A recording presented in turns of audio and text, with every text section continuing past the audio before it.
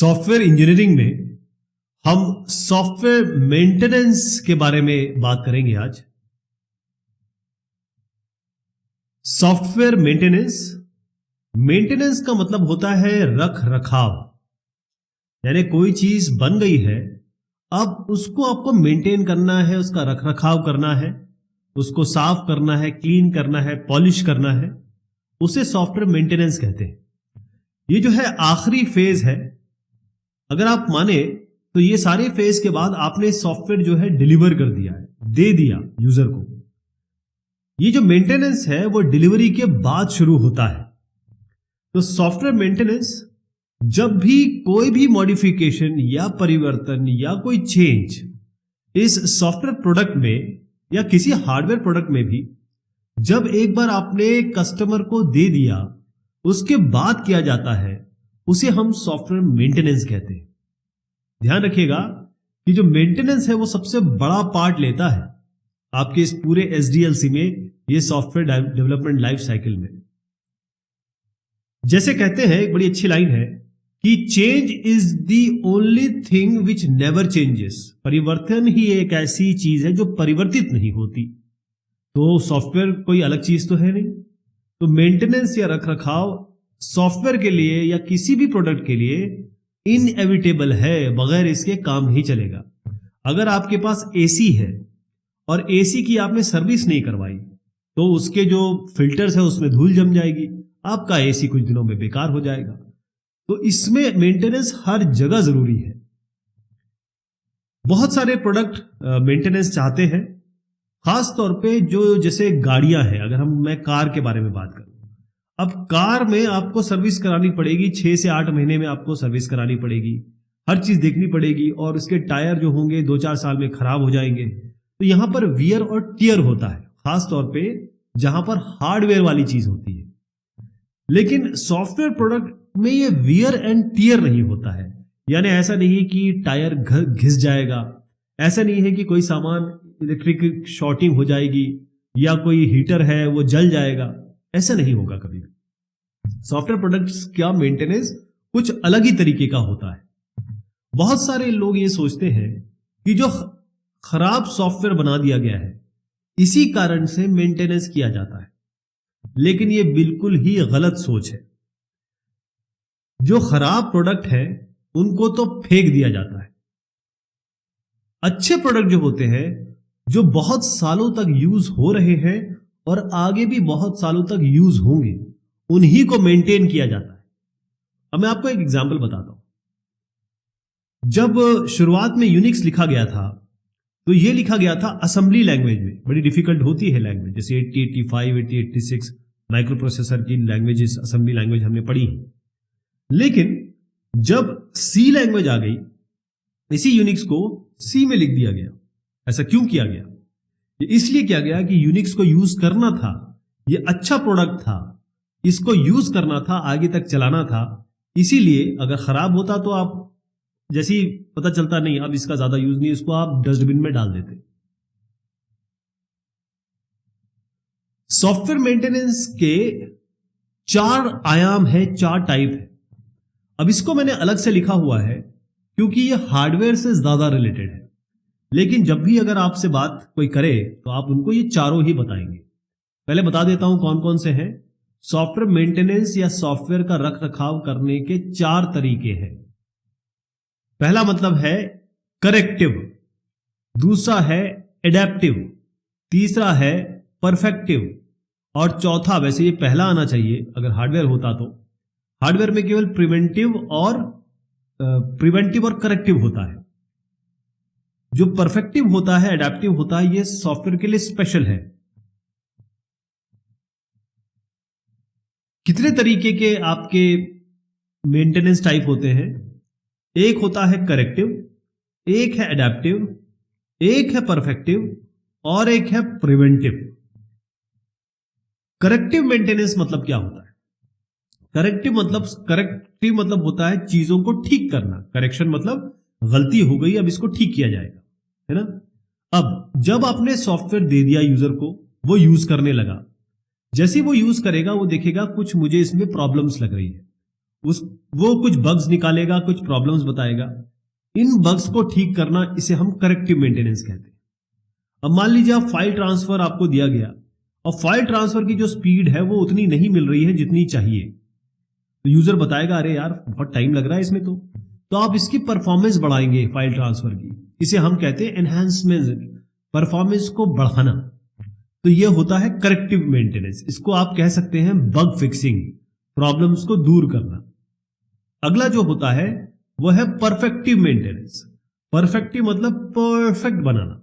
इसका मतलब यूजर ने यूज किया, अब यूजर कहता है यार ये इसमें ये वाला फीचर तो है ही नहीं और ये फीचर तो बहुत जरूरी है हमारे लिए। तो अगर कोई नया फीचर वो चाहता है, यानी कि एनहेंसमेंट चाहता है, बढ़ोतरी चाहता है, कुछ फीचर या फंक्शनैलिटी में बढ़ोतरी चाहता है, तो उसके लिए जो काम किया जाएगा उसे परफेक्टिव मेंटेनेंस कहेंगे। उसके बाद क्या होगा कि कोई फंक्शनैलिटी वो यूज कर रहा है, वो कहता है इस फंक्शनैलिटी को ना ऐसा नहीं ऐसा कर दो जरा सा, तब हमारे लिए अच्छा रहेगा। यानी कि स्केलेबल बनाना चाहता है या फंक्शनैलिटी को चेंज करना चाहता है, इसको हम परफेक्टिव मेंटेनेंस कहते हैं। एडेप्टिव मेंटेनेंस, कई बार आप देखेंगे कि इसका नाम पोर्टिंग या माइग्रेशन के साथ रिलेट करते हैं। एडेप्टिव मेंटेनेंस पोर्टिंग और माइग्रेशन के साथ यूज करते हैं। वो ये होता है कि अगर आप मान लीजिए नए प्लेटफॉर्म पे कोई सॉफ्टवेयर बनवाना चाहते, अब विंडोज 10 आया साहब, उसके बाद अपने आप विंडोज ने कहा कि विंडोज 11 कर लीजिए। अब विंडोज 10 से विंडोज 11 में गए, बड़ा आराम से हो गया, लेकिन कई सॉफ्टवेयर काम करना बंद कर दिया इन्होंने जो हम बहुत ज्यादा यूज करते थे।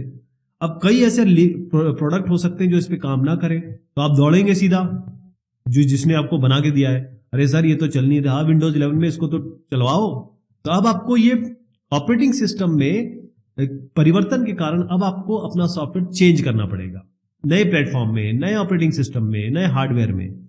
इसे हम एडेप्टिव मेंटेनेंस कहते हैं। पोर्टिंग और माइग्रेशन भी इसे कहते हैं।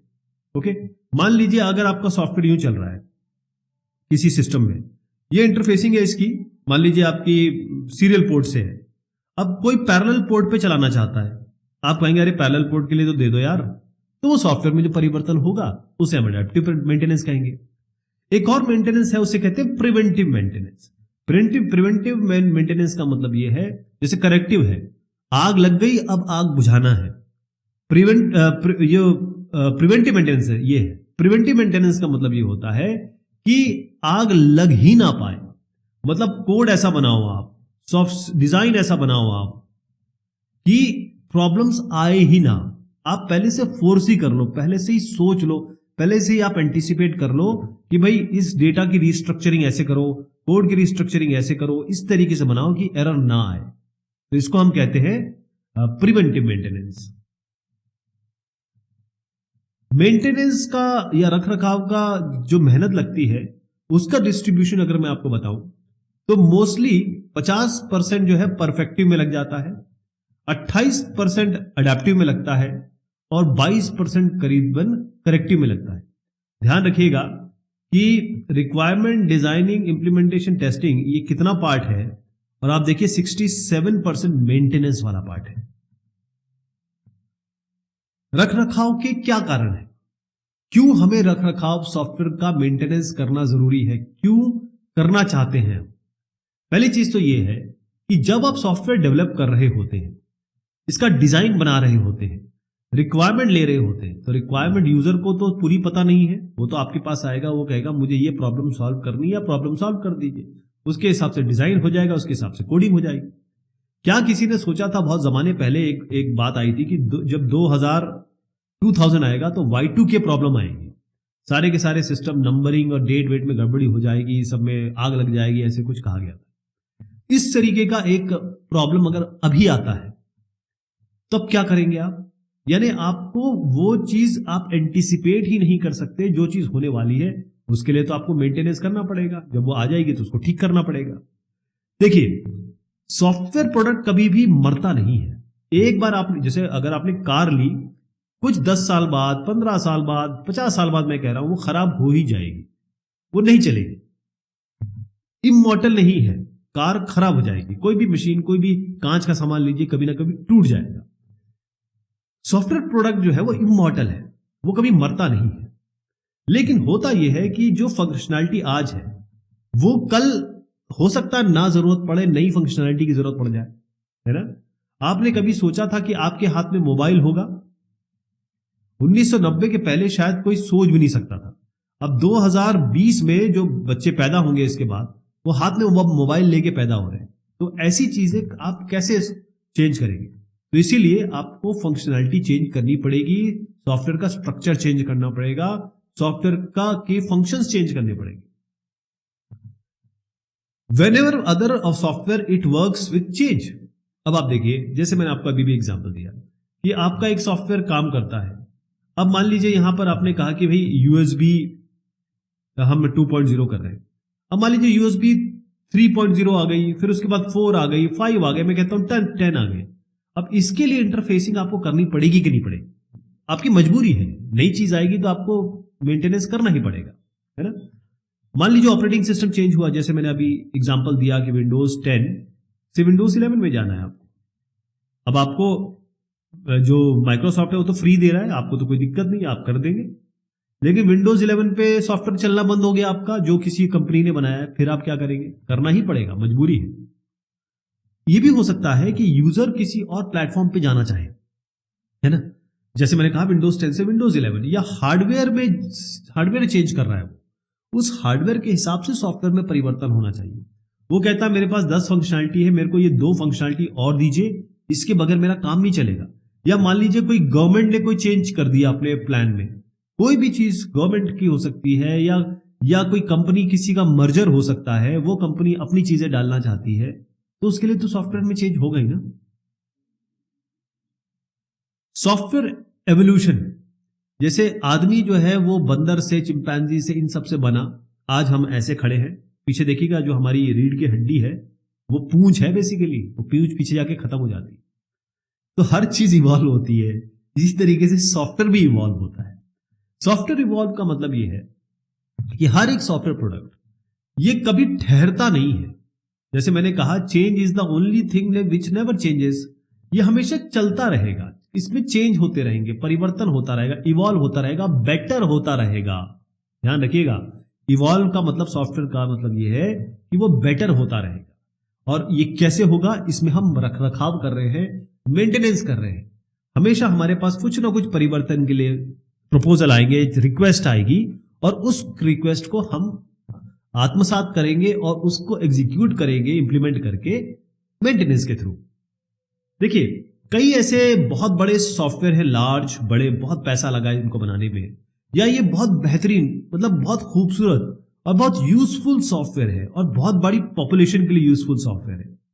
अब ये जो ऐसे सॉफ्टवेयर है, इनको आप अगर रिप्लेस करना चाहो तो इसका कॉस्ट बहुत ज्यादा लग जाएगा। बेटर ये है कि एक ऐसा सॉफ्टवेयर या ऐसे सॉफ्टवेयर जो बहुत सालों तक चलने वाले हैं, उनको बेटर ये है कि रिप्लेस करने से अच्छा मेंटेन कर लीजिए, उसमें परिवर्तन ला दीजिए। मेंटेनेंस सॉफ्टवेयर या हार्डवेयर, खासतौर पे सॉफ्टवेयर के लिए बता रहा हूं मैं आपको, रख रखाव के कुछ नियम है, कुछ कानून है, कुछ कायदे हैं। तो लॉज ऑफ मेंटेनेंस, उससे पहले मैं आपको बताऊं कि आपके पास ऐसे सॉफ्टवेयर जरूर होंगे जो मेंटेनेंस मांगेंगे, क्योंकि मेंटेनेंस के बगैर तो सॉफ्टवेयर शायद चल ही नहीं पाएंगे। जैसे यूजर को देंगे आप, यूजर बोलेगा ना मुझे इधर ये लेफ्ट में था, राइट में कर दो, ये फंक्शन बढ़ा दो, इस फंक्शन की जरूरत नहीं, हटा दो, वो तो होगा ही होगा। अच्छे प्रोडक्ट जो होते हैं वो हमेशा मेंटेन किए जाते हैं। खराब प्रोडक्ट को तो आप उठा के फेंक देंगे, उसको मेंटेन करने की कोई बात ही नहीं। तो इसके लिए हमारे पास लेहमैन के लॉ है मेंटेनेंस के। लेहमैन का जो पहला लॉ है, बड़े ये जो लॉ इन्होंने दिए ना, ये आपको भी पता है, बस इन्होंने बता दिए इसलिए अब ये लॉ बन गए। लेहमैन का जो पहला लॉ है वो ये है कि जितने भी सॉफ्टवेयर प्रोडक्ट हैं उनका चेंज होगा, वो परिवर्तन उनका होता रहेगा। अगर वो परिवर्तित होते रहेंगे तब तो वो यूजफुल रहेंगे। अगर वो परिवर्तित नहीं हो रहे, उनमें चेंज नहीं आ रहा है, आप उनमें कोई भी चेंज नहीं कर रहे हैं, तो वो आगे चल के यूजलेस हो जाएंगे। लेहमैन साहब का सेकंड लॉ ये है कि जब सॉफ्टवेयर को मेंटेन किया जाता है तो इसका स्ट्रक्चर खराब हो जाता है। अब आप अगर मान लीजिए किसी आपने ऐसे मेंटेनर को बिठा दिया उसको कहा कि देखो भाई ये हमारा बहुत बड़ा सॉफ्टवेयर है, इसमें आप कोड रिस्ट्रिक्ट, ये पार्ट खराब हो रहा है, इसको ठीक कर दो। उसने ये पार्ट ठीक किया और ये सारे पार्ट खराब हो गए। तो इसके लिए आपको एफर्ट लगाने होंगे, आपको मेंटेनेंस में ज्यादा एफर्ट लगाना होगा, ताकि ये जो चीजें एक जगह खराब हो उसको ठीक करने निकले वो 10 जगह खराबी ना कर दे। इसको आपको ठीक करना पड़ेगा। ये सेकंड लॉ है। थर्ड लॉ लेहमन का कहता है कि जो प्रोग्राम या प्रोडक्ट की जो लाइफ टाइम है, इसका जो डेवलपमेंट है वो कॉन्टिन्यूस चलता रहता है। ऐसा नहीं कि आपने डेवलपमेंट यहां किया फिर कम हो गया फिर यहां बढ़ गया, ऐसा नहीं है। वो ये कहते हैं कि चाहे आप जैसे ही आपने सॉफ्टवेयर बनाना शुरू किया, तो आप रिक्वायरमेंट से लेकर, डिजाइन से लेकर, कोडिंग से लेकर, डिप्लॉयमेंट, टेस्टिंग से लेकर, डिप्लॉयमेंट से लेकर, आपका मेंटेनेंस से लेकर, ये सीधा चलता रहेगा। मेंटेनेंस में भी उतना ही काम होगा जितना इन सब में काम हो रहा है। Legacy code major maintenance problems. Legacy code का मतलब होता है आज अभी के समय से पहले लिखा हुआ कोड, या ऐसा सॉफ्टवेयर जो बहुत सालों से चल रहा है और बहुत बढ़िया चल रहा है, इसे हम लेगेसी कोड कहते हैं। लेकिन मेंटेनेंस जब करने जाते हैं आप एज अ मेंटेनेंस इंजीनियर, तो आप देखते हैं इसमें क्या क्या प्रॉब्लम्स आती हैं जो सबको आती है। पहला है अनस्ट्रक्चर्ड कोड, बैड प्रोग्राम्स। अगर आपके कोड में गोटू लिखा हुआ है, या आपने बहुत सारे नेस्टेड इफ एल्स डाल दिए या नेस्टेड लूपिंग कर दिए, बहुत सारी आपने बड़े बड़े प्रोसीजर लिख दिए हजारों लाइन के, तब क्या होगा? ये खराब प्रोग्राम, इसको खराब प्रोग्रामिंग कहते हैं। प्रोग्रामिंग खराब तभी होती है जब डिजाइन खराब होता है। मेंटेनेंस प्रोग्रामर, ये जो साहब दिख रहे हैं हम, हो सकता है इनके पास उतनी नॉलेज ही ना हो। आपने एक प्राइवेट कॉलेज का बंदा उठाया और बिठा दिया मेंटेनेंस के लिए, या उसको ठीक से ट्रेनिंग नहीं दी, या उसको आइडिया ही नहीं है कि वो क्या कर रहा है। ऐसा आदमी क्या मेंटेन कर पाएगा? सॉफ्टवेयर मेंटेनेंस का नाम ही है कि अरे यार मेंटेनेंस गाय, अरे मेंटेनेंस कर रहा है, अरे कोडर देखिए, अरे डिजाइनर है वो तो मेंटेनेंस का नाम ही बदनाम है कि यार मेंटेनेंस, जबकि मेंटेनेंस सबसे बड़ा बड़ा काम होता है। कई बार अच्छे सॉफ्टवेयर का मतलब ये होता है, जब भी सॉफ्टवेयर डिलीवरी होती है, बड़े सॉफ्टवेयर बनते हैं, तो इसमें वर्क प्रोडक्ट आते हैं। वर्क प्रोडक्ट में क्या होता है? आपका कोड तो होगा ही होगा, साथ में आपके डॉक्यूमेंट्स होंगे।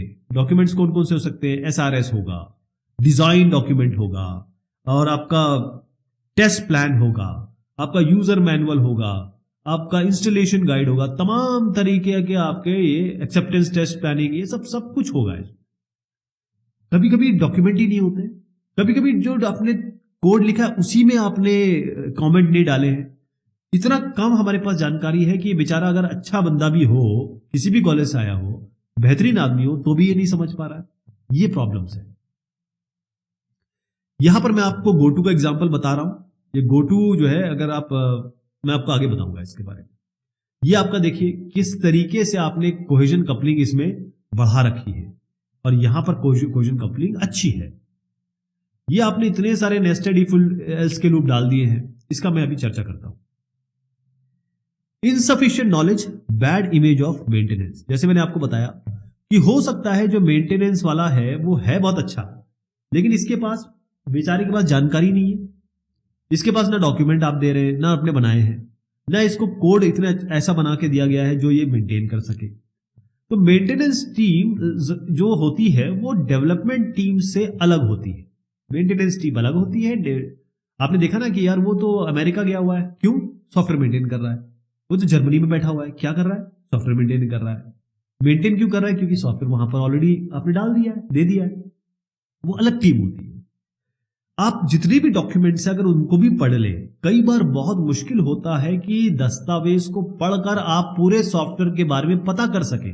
जिन्होंने बनाया है वो तो है नहीं, जिन्होंने इसको कोड किया है, डिजाइन किया है, वो तो है नहीं। आप अकेले या फिर 2-4 लोग मिलकर उस डॉक्यूमेंट को कैसे समझे? ये एक सबसे बड़ी समस्या है। सबसे एक और इंसानी समस्या ये है, जैसे अगर मैं पढ़ने बैठता हूं, मेरे हाथ में किताब होती है, मैं सो जाता हूं, है ना? सबके साथ ऐसे ही मोस्टली होता होगा। तो इतनी बड़ी डिजाइन की किताब, टेस्ट की किताब, रिक्वायरमेंट की किताब अगर आपके सामने रख दी जाए तो उससे कितना इंफॉर्मेशन निकाल पाएंगे? वो एक समस्या है। मेंटेनर स्किल तो है, ठीक है, लेकिन वो कोड बनाने में बड़ा अच्छे हैं। जैसे उनको मेंटेनेंस प्रॉब्लम पता चल गई, वो कोड से बढ़िया कोड अच्छा कर लेंगे। लेकिन किसी और का कोड समझना, ये कैसे समझोगे आप?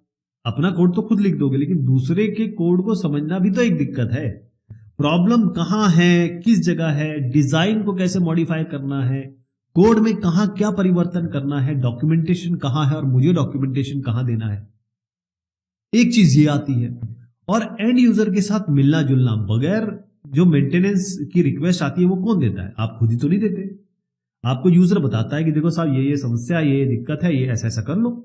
तो उनके साथ काम करना भी एक बड़ा चैलेंज है। मेंटेनेंस के कुछ नाइटमेयर्स हैं, मतलब रात में आपको गंदे सपने आते हैं, वैसा है खतरनाक सपने। यूज ऑफ गो टूज, देखिए गो टू तो सबसे बड़ी समस्या है। छोटा सा कोड दिखा रहा हूं आपको, इसमें आप देखिए कि यहां पर एक गो टू लगा हुआ है। आप यहां गो टू 10 और सीधा यहां चले जाएंगे। पहले बहुत ही शानदार चीज थी, ये लूपिंग की शुरुआत थी एक्चुअली, बेसिक का प्रोग्राम है ये, बहुत अच्छा लगा। गो टू, अब यहां देखिए ये सी का दिख रहा है, यहां चले गए लूप पे, वाह।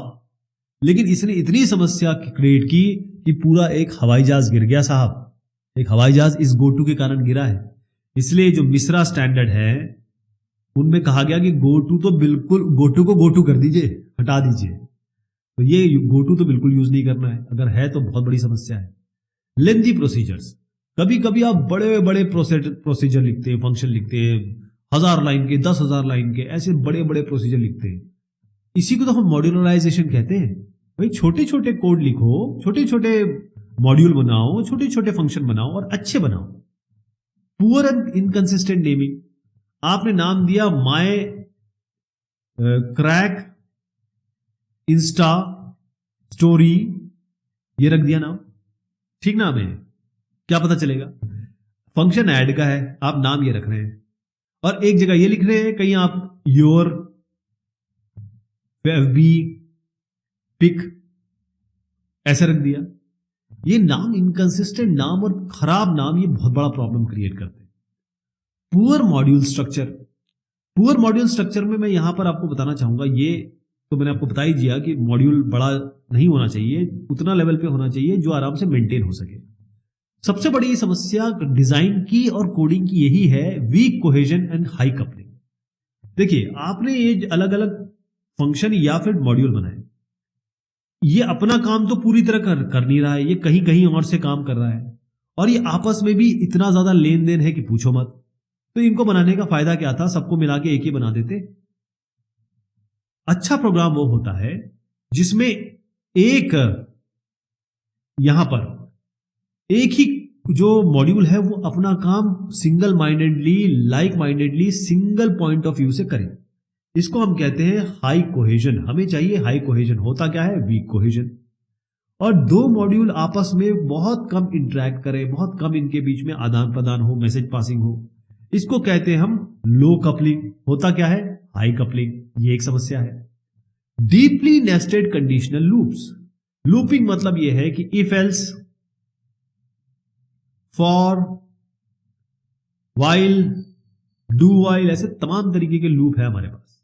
हर प्रोग्रामिंग में अलग अलग है, ये सब तो सब में कॉमन ही होते हैं। ऐसे अगर आप एंड इफ डाल देंगे तो देखिए बेचारे का क्या होगा। ये नहीं करना है, यही है माइंड नाइटमेयर, ये रात को गंदे सपने लाता है।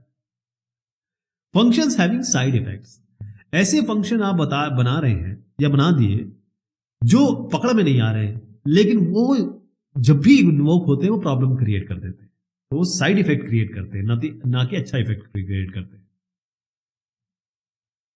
How to do better maintenance, इसकी चर्चा हम करेंगे अगली बार। तब तक के लिए शुक्रिया, मेहरबानी आप सभी।